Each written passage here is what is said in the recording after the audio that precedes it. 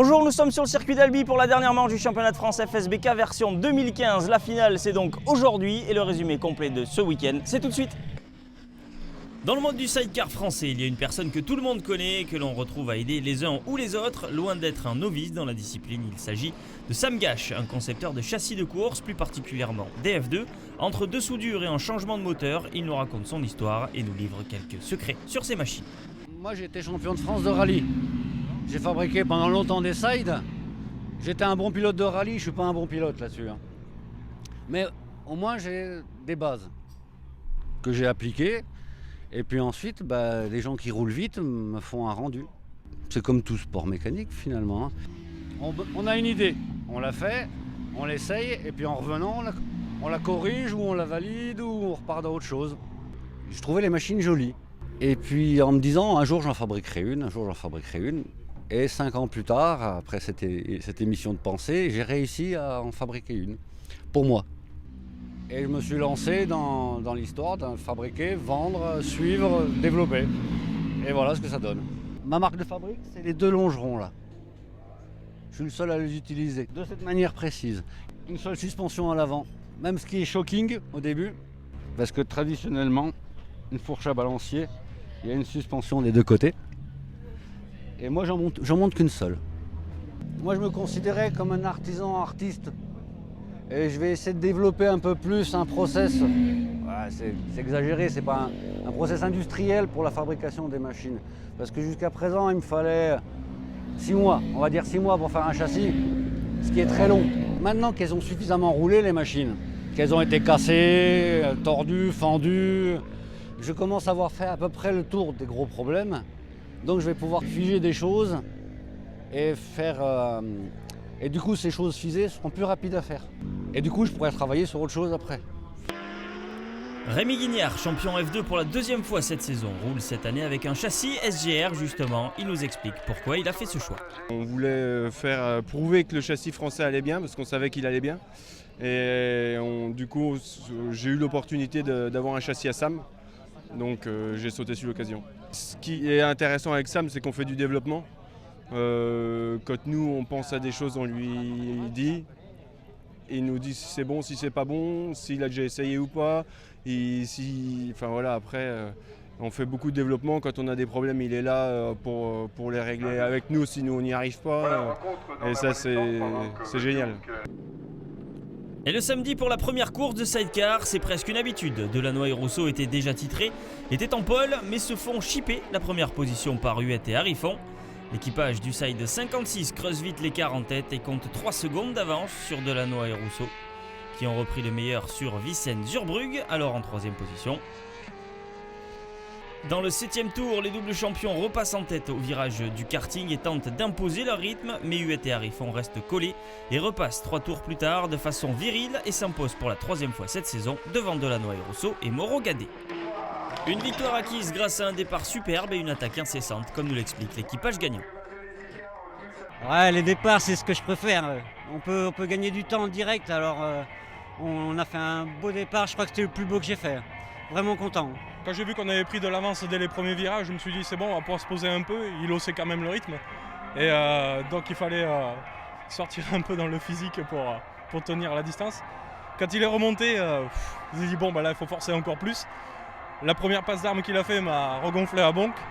Et non, une course sublime.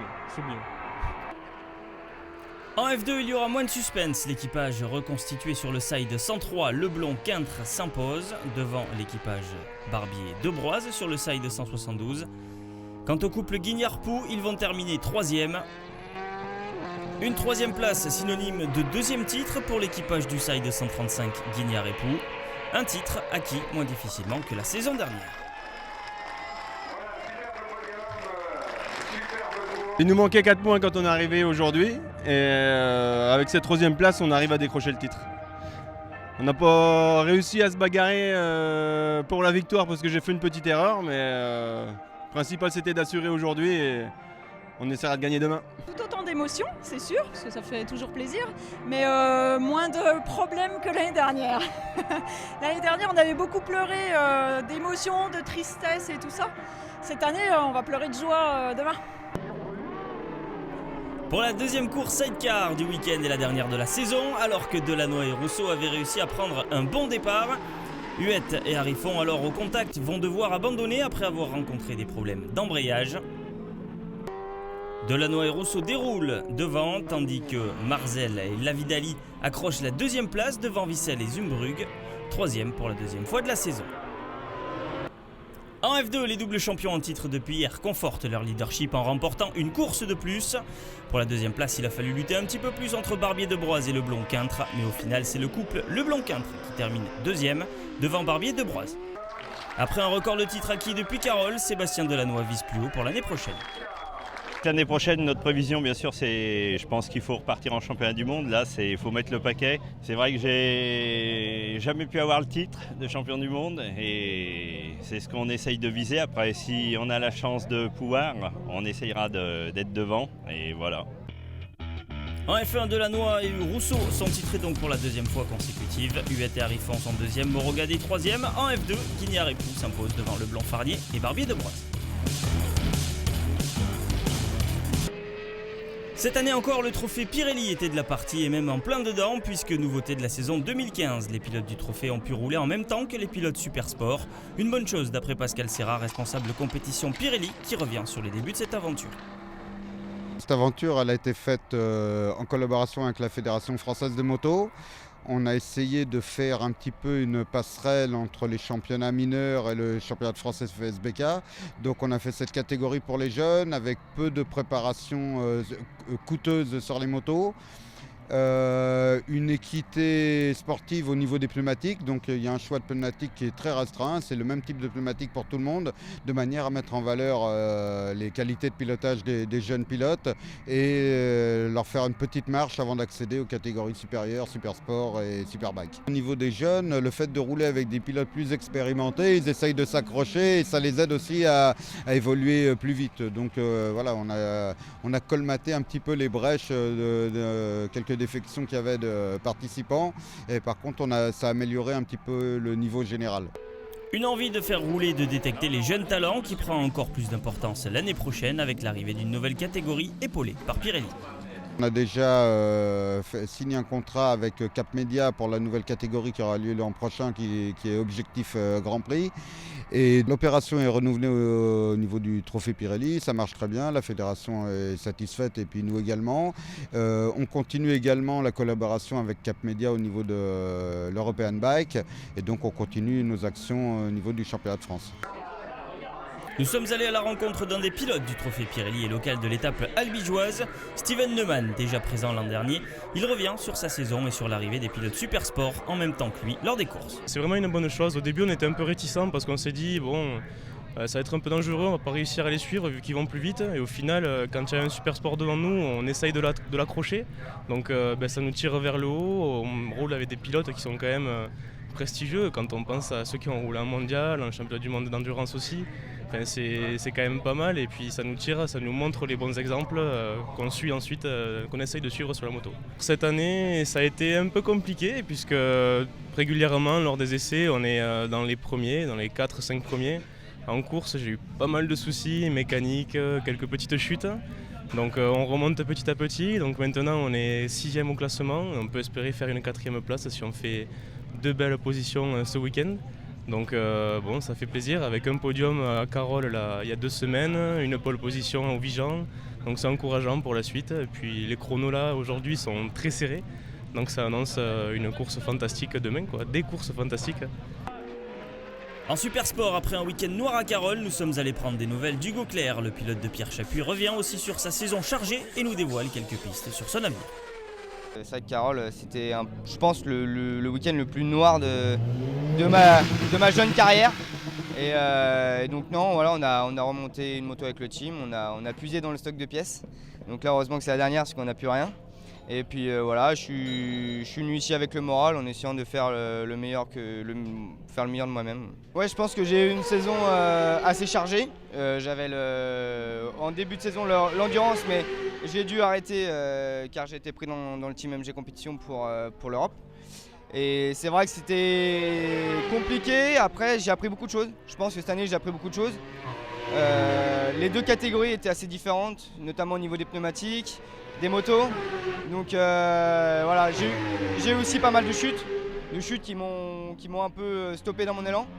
Mais après, ça reste quand même positif. Je pense que voilà, j'ai encore pris un petit step sur mon pilotage. Il en reste encore beaucoup. Mais voilà, j'espère que l'année prochaine, je serai encore au-dessus. Et je suis confiant, voilà, j'espère que ça va progresser. En Europe, il y a énormément de jeunes qui en veulent énormément. Et en France, on est un peu moins nombreux. Le niveau est un peu moins homogène en France. Mais ça roule, voilà, devant, ça roule très très vite aussi en France. Je pense que le niveau se vaut, sauf que voilà, en Europe, il y a 20 jeunes qui ont les crocs et qui veulent gagner. Alors qu'en France, on est plus 5 ou 6. Quoi. Pour le titre Super Sport, tout va se jouer ce week-end. Ils ont beau être cousins et amis à la ville, pour cette dernière épreuve, il n'y aura aucun cadeau entre les deux pilotes Suzuki. En jeu, le titre de champion de France Super Sport 2015. En arrivant à Albi, léger avantage pour Cédric Tangre. Le pilote Yohan Motorsport compte 6 points d'avance sur Robin Camus du team MDS. Deux manufacturiers de pneus différents, deux Suzuki, deux pilotes, un seul titre. Qui remportera ce duel fratricide? La réponse après la pause. La saison FSBK touche à sa fin. Le président de la commission nationale de vitesse, Patrick Coutan, revient sur cette année et il nous donne une idée de ce à quoi ressemblera le championnat FSBK 2016. Oui, on a eu une superbe saison. Aujourd'hui, c'est l'apothéose parce que je dirais on a un temps merveilleux.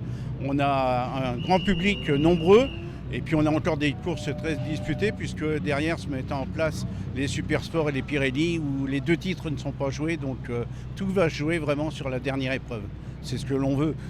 Je pense qu'on va continuer comme cette année. On avait quand même des plateaux assez conséquents, en moyenne 35 à 40 machines sur la piste à chaque épreuve. Donc on continuera pareil, aussi bien en Super Sport et Pirelli et Superbike dans la même configuration. Et puis on aura une course supplémentaire puisqu'on a un nouveau promoteur pour le pré-GP et le pré-Moto 3. Donc on aura des courses pour les jeunes également. Et le matin, pour la première course au titre Super Sport, Valentin Debise, chez lui, a réalisé la pole devant Robin Camus sur la Suzuki 89 et Cédric Tangre est troisième. Le pilote albigeois prive ainsi les deux prétendants au titre du point de la pole. Et au départ, Debise conserve sa première position. Mais Tangre réussit un meilleur départ que Camus et prend donc la deuxième place de la course. Dans le troisième tour, Camus repasse son cousin et va hausser le rythme pour prendre la tête dans le septième tour. Derrière, Perret et Claire collent aux trois pilotes de tête.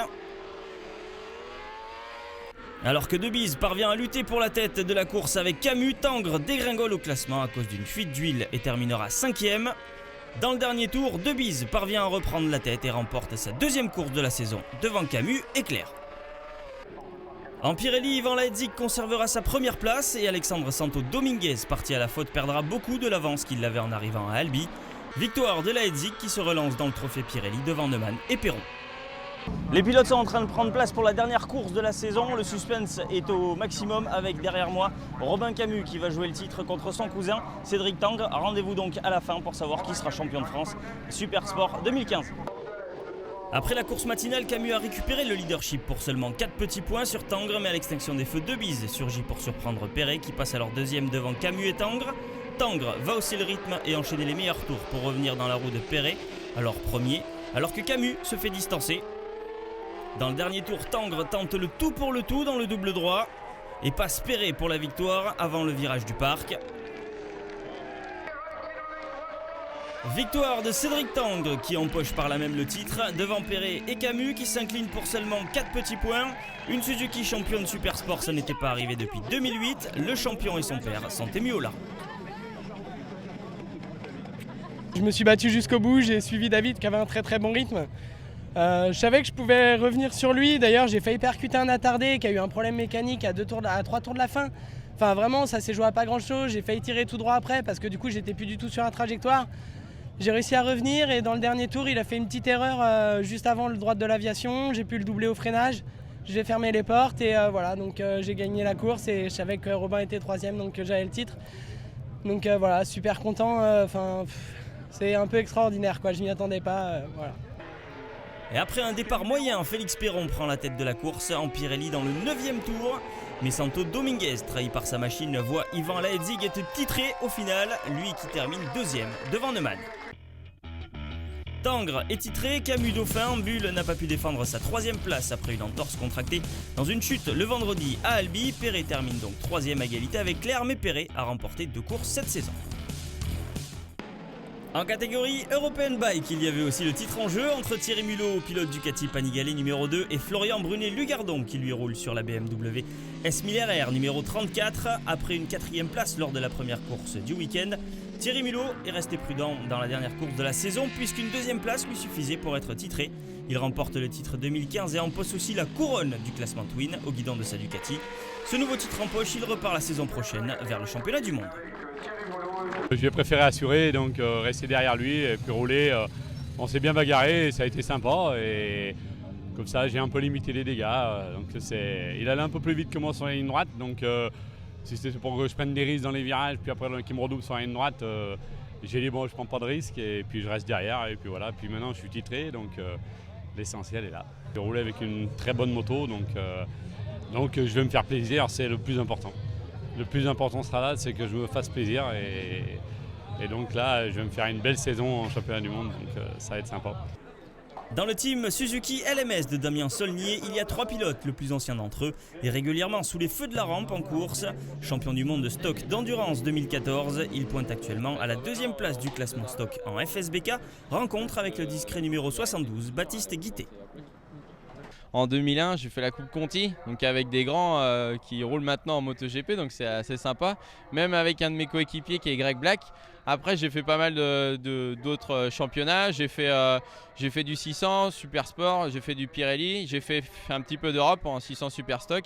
Et après, je suis arrivé au Junior Team où j'ai commencé en Super Sport, après Superbike. Et voilà, me voilà depuis 5 ans dans cette équipe. C'est important d'être ici, ça permet de garder le rythme, de prendre du rythme, de s'améliorer dans son pilotage. Et ouais, c'est très important de faire des courses annexes de l'endurance. J'adore l'endurance. Pourquoi ? Parce que c'est une course, c'est des courses mythiques. Quand tu es aux 24 heures du Mans, qu'il y a pas mal de spectateurs qui te regardent, tu prends le départ. C'est une sensation que tu retrouves nulle part ailleurs. Les courses de vitesse, c'est sympa, ça aime beaucoup d'adrénaline et de ça, mais ça dure pas longtemps. Et malheureusement, dans notre petit pays de France, c'est pas un sport très populaire, donc on n'a pas autant de spectateurs que sur les grosses courses d'endurance. Titré depuis Carole en catégorie stock, Kenny Forêt a décidé de changer de joujou et s'élancera pour cette dernière course en Evo. Il aura donc piloté 3 Yamaha R1 différentes cette saison avec celles d'endurance, la stock et l'Evo. Différentes, pas si sûres, mais il nous explique pourquoi il a fait le choix de changer de catégorie ce week-end. Le stock est un super championnat, mais c'est vrai qu'on utilise beaucoup moins de pneus, donc on roule pas beaucoup au qualif et puis on m'a proposé de rouler en Evo. J'ai dit oui tout de suite parce que déjà pour la première des choses, parce qu'on peut rouler un peu plus durant le samedi, et puis en plus c'est toujours un plaisir de rouler avec une moto qui marche encore un peu mieux que celle qu'on avait auparavant. Entre la stock et l'Evo, on est très proche entre les deux motos. Après oui, il y a celle d'endurance, mais vous savez, quand une moto est bien née, on peut passer de l'une à l'autre sans aucun problème. Ça fonctionne relativement vite et très bien. Le titre Superbike aussi va se jouer lors de cette dernière épreuve, mais Greg Black est grandissime favori puisqu'il arrive à Albi avec 30 points d'avance sur David Checa, mathématiquement encore titrable. Kenny Forêt au guidon de son Evo est 3e sur la première grille Superbike du dimanche. Pour gagner le titre, David Checa doit gagner et il le sait, c'est pour ça qu'il démarre fort. Dès le départ, il conservera sa 2e place, puis prend la tête avant la fin du premier tour devant Leblanc et Gimbert. À mi-course, l'écart est stable entre Checa et Leblanc, qui se s'est titré malgré sa 2e place après une tentative à mi-course. Leblanc se met en mode gestion et remporte le titre FSBK 2015. Checa remporte la première course devant Leblanc et Forêt, qui a pris le meilleur sur Gimbert en fin de course. Grégory Leblanc remporte le titre de champion de France Superbike pour la 3e fois consécutive. Il est heureux et ne compte pas s'arrêter en si bon chemin. Ouais, forcément ravi. Voilà, c'est l'objectif en début de saison. On était mal parti, on est parti avec moins 35 points. On a su revenir tout au long de la saison pour s'imposer en beauté à Albi. Bon, j'aurais préféré gagner ce titre en gagnant la course. Ravi pour toute l'équipe, pour ma famille, pour tout le monde. Voilà, c'est pour tous ceux qui m'entourent, tous ceux qui me soutiennent et pour tous mes partenaires. Et voilà, un 3e titre d'affilée, c'est super et on essaiera d'en faire un 4e l'année prochaine. En stock, auteur du meilleur temps en qualif, Baptiste Guité fait une course solide en terminant 5e au scratch devant Anthony Dos Santos, son coéquipier Romain Maître est 8e. Pour la deuxième et dernière course de la saison en Superbike, le titre est déjà joué. Grégory Leblanc est encore en pole devant Gimbert. Forêt toujours 3e, mais à cause d'un problème technique lors du tour de formation, Kenny ne pourra pas prendre le départ. Après un souci de starter, la course est aussi réduite d'un tour. Une fois lâchés en piste, les pilotes partiront pour 17 tours. Et malgré un bon départ, Sébastien Gimbert sur la Honda numéro 7 ne pourra résister aux assauts de Leblanc et Tcheka survoltés en cette fin de saison. Leblanc parvient à contenir l'Espagnol en début de course, mais dans le 8e tour, le Catalan va terminer sa saison avec brio et reprendre donc la tête. Doublé de Tcheka devant Leblanc et Gimbert. Le pilote catalan s'impose pour la 4e fois d'affilée. Dommage pour le suspense qu'il se soit blessé en début de championnat. Il revient sur sa course et sur le niveau du championnat français. J'ai gagné la course, c'est bien. Désolé pour Kenny. On savait que peut-être il y a un souci, mais il ne savait pas. Il a fait tous les chauffes et m'a dit gagne-la pour moi. Je suis désolé pour lui. Lui, il m'a aidé beaucoup au bol quand je suis tombé. Il a pris la moto, il m'a supporté et cette course est pour lui.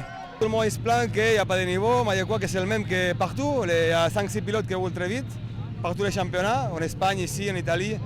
Et nous, on a la chance de maintenant, la France a la chance maintenant d'avoir un championnat open qui ouvre à toutes les nationalités et même à les teams étrangers. Du coup, je crois que ça va apporter un peu plus de niveau et j'espère que par l'avenir, ça va être mieux. En stock, Baptiste Guité a encore une fois été impressionnant, résistant même à son coéquipier Greg Black en début de course. Il termine une fois de plus 5e au scratch, devançant Anthony Dos Santos et Gabriel Ponce du team TTS.